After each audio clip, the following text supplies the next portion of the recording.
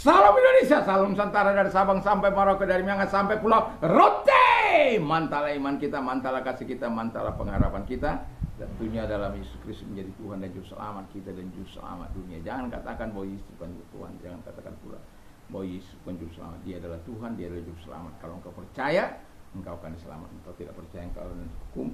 Yohanes 3 ayat 36 dan Yohanes 14 ayat yang ke-6 dia berkata, Yesus sendiri berkata, akulah jalan dan kebenaran dan hidup. Tiada seorang sampai kepada Allah kalau tidak melalui aku. Rasul Petrus mengatakan dalam Kisah Rasul 4 ayat yang ke-12, dan keselamatan tidak ada di dalam siapapun juga selain dalam Dia Yesus Kristus, karena di bawah kolong langit ini tidak ada nama lain yang diberikan kepada manusia yang olehnya kita diselamatkan. Dan Paulus mengatakan,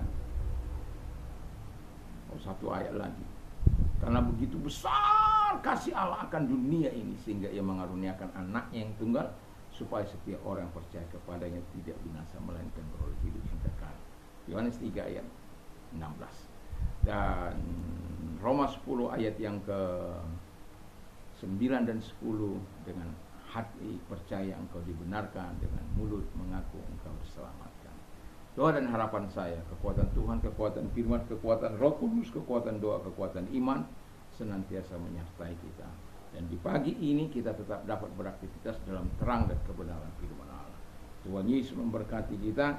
Saya masih membacakan ayat 1 Petrus 1 ayat yang kedua, demikian bunyinya. Yaitu orang yang dipilih sesuai dengan rencana Allah Bapa kita dan yang dikuduskan oleh Roh, supaya taat kepada Yesus Kristus dan menerima percikan darahnya. Kiranya kasih karunia dan damai sejahtera makin berlimpah-limpah atas kamu. Jadi di sini saya mau menyoroti 3 cara Allah menguduskan kita. Ya, 3 cara Allah menguduskan kita. Yang pertama dikatakan dari pembacaan ini adalah oleh Roh Kudus. Mengapa kita perlu dikuduskan oleh Roh Kudus? Dalam Korintus 1 Korintus 3 ayat 16, 1 Korintus 6 ayat 19-20, bahwa kita ini adalah bait Roh Kudus.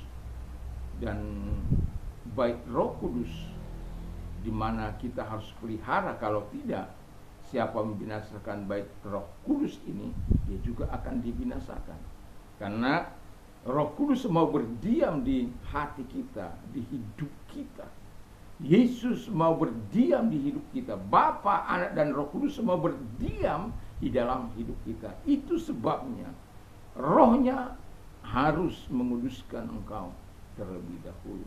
Karena tempat yang Dia mau tempati itu, kalau tidak dikuduskan oleh Roh, itu tidak layak. Nggak ada tempat yang layak bagi Tuhan di hati manusia tanpa dia dikuduskan oleh Roh Allah itu sendiri. Dan itu sebabnya kita bersyukur karena kita mendapat bagian untuk pengudusan yang dikatakan oleh firman Allah.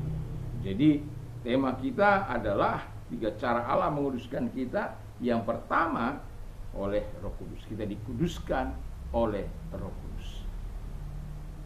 Jadi kalau Roh Kudus mengingatkan kita untuk sesuatu yang mungkin, boleh saja kita mungkin jatuh dalam dosa, lalu diingatkan oleh Tuhan, kita harus peka terhadap ini.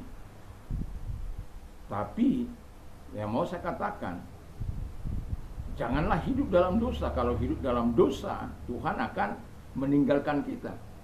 Kita harus belajar dari si Daud dalam Mazmur 51. Bagaimana Tuhan meninggalkan dia, bagaimana Roh Allah meninggalkan dia. Itu sebabnya ketika dia minta ampun, minta dipulihkan oleh Tuhan, dia berkata, jangan meninggalkan aku yang pertama, dan jangan mengambil rohmu dari hidupku.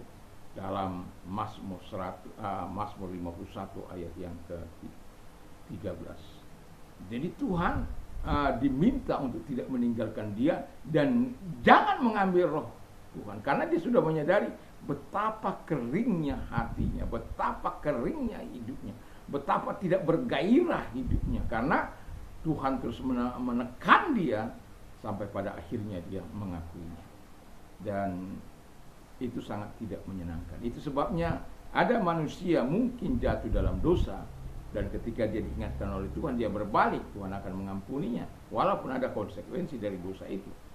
Dan ketika orang hidup dalam dosa itu, kalau orang itu tidak bertobat, maka Tuhan akan meninggalkan dia. Dan itu kesusahan yang paling susah, ya, karena tidak ada kekuatan kita menanggung hidup ini tanpa Tuhan. Tanpa Tuhan kita kosong. Makanya Tuhan katakan, buat apa kau memiliki seluruh dunia ini kalau engkau tidak memiliki Yesus? Memiliki Yesus, walaupun mungkin kita tidak memiliki seluruh dunia ini, sebenarnya kita memiliki seluruh dunia ini. Karena apa? Memiliki Yesus, memiliki jaminan, memiliki Yesus, memiliki segalanya. Dan Yesus yang mau berdiam di dalam hati kita, dan kita harus dikuduskan terlebih dahulu. Yang kedua, kata firman Allah, kita harus dikuduskan oleh darah Yesus. 1 Yohanes 1 ayat yang ke-7 menyucikan kita dari segala dosa. Dari segala dosa. Mungkin Anda berkata, saya seorang pezina, saya seorang pemabuk, saya seorang penjudi, saya seorang, ya sudah nggak mungkinlah diampuni. Saya mau katakan kepada Tuhan bukan mencari orang benar, tapi mencari orang yang tidak benar. Supaya apa? Orang itu dikuduskan, orang itu disucikannya, orang itu dibersihkannya dari segala dosa dan kejahatan.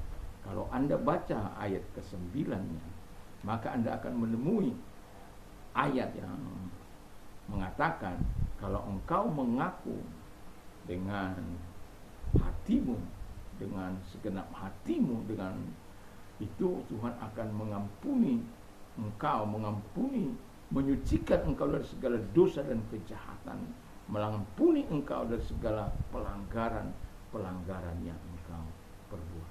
Tetapi harus ada pengakuan di hadapan Dia, sehingga Dia menyucikan kita ketika kita jatuh dalam dosa.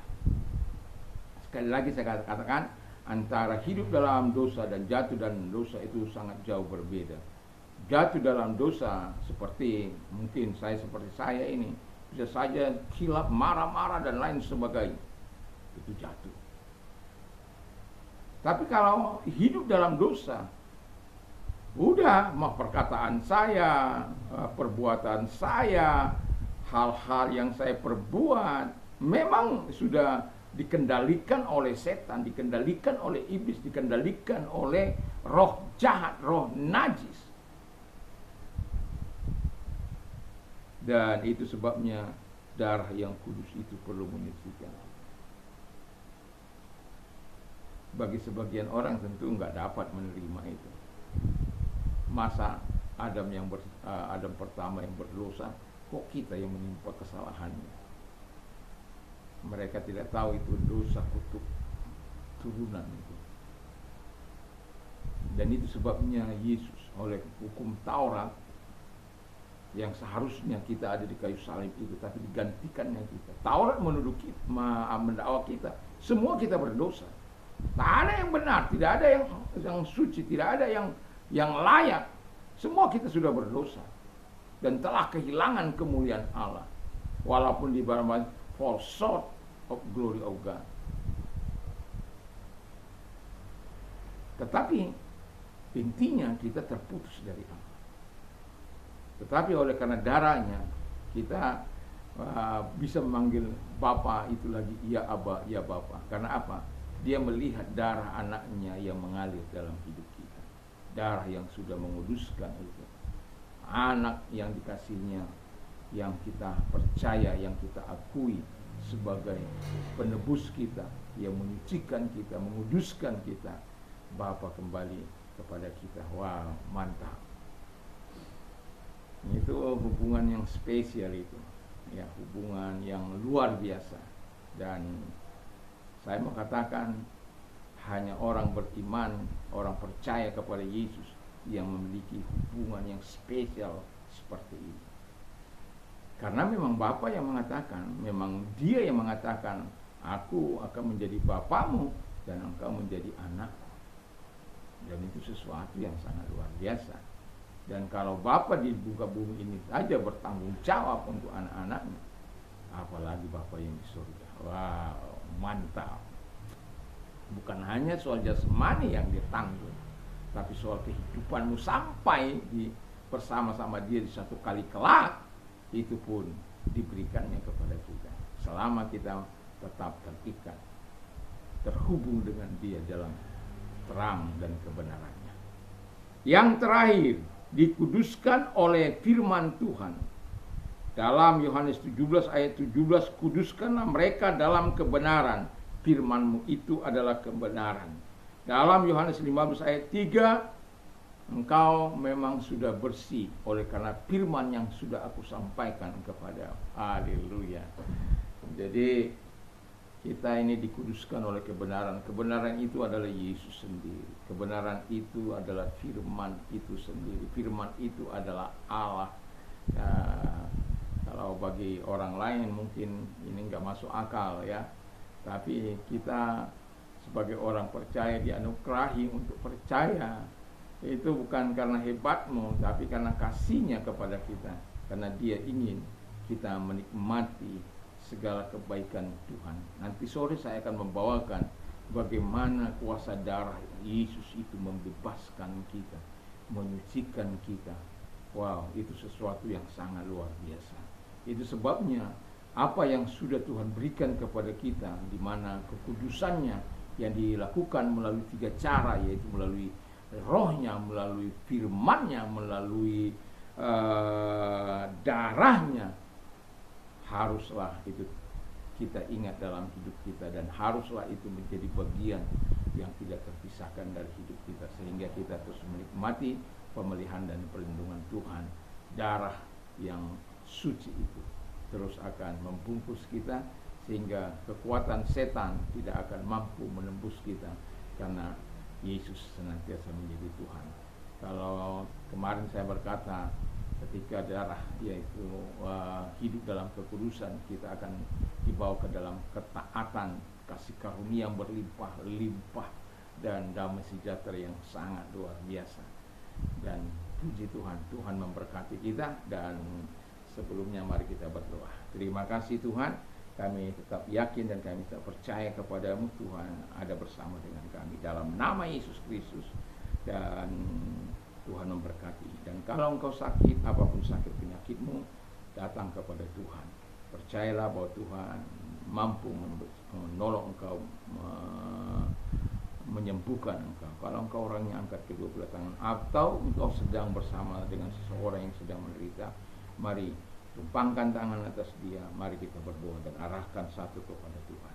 Tuhan Yesus, mari engkau melihat tangan-tangan yang diarahkan kepada, meminta pertolongan. Apapun situasi yang mereka hadapi, sakit penyakit apapun, kami tahu engkau tidak pernah mengatakan aku tidak sanggup menyembuhkannya, tetapi engkau akan senantiasa bagi orang-orang beriman, imanmu menyembuhkan engkau. Dalam nama Yesus, segala sakit penyakit yang mereka derita, aku perintahkan keluar, dan oleh bilur-bilur daripada Tuhan Yesus mereka sembuh oleh kuasanya. Engkau sembuh. Terima kasih. Dan bagi engkau yang sedang mengalami permasalahan hidup, dan serahkan semua ke dalam tangan Tuhan. Jangan lakukan cara-cara fisik, jangan lakukan langkah yang sia-sia melawan Tuhan dan kebenarannya. Kalau engkau orangnya yang butuh pertolongan Tuhan, angkat kedua belah tangan kita berdoa. Tuhan, lihat tangan-tangan yang diangkat kepadamu, kami menyerahkan mereka ke dalam tangan Tuhan. Kiranya pertolongan datang kepada mereka, kebaikan datang kepada mereka. Oh Tuhan, supaya mereka memuliakan engkau seperti Paulus yang mengatakan, aku keluar dari segala kesusahanku, penderitaanku, karena tangan Tuhan yang melepaskan. Dan kami berharap engkau juga Allah yang melepaskan setiap kami dari segala penderitaan kami. Terima kasih, kami bersyukur dalam nama Yesus. Haleluya. Amin. Selamat pagi, Selamat kita beraktivitas tentunya bersama dengan Tuhan Yesus Kristus. Dan jangan lupa dalam perjalanan ini untuk terus gandol Gusti. Ketahuilah aku menyertai engkau sampai kepada kesudahan sana. Tuhan Yesus berkati. Mantap, mantap, mantap.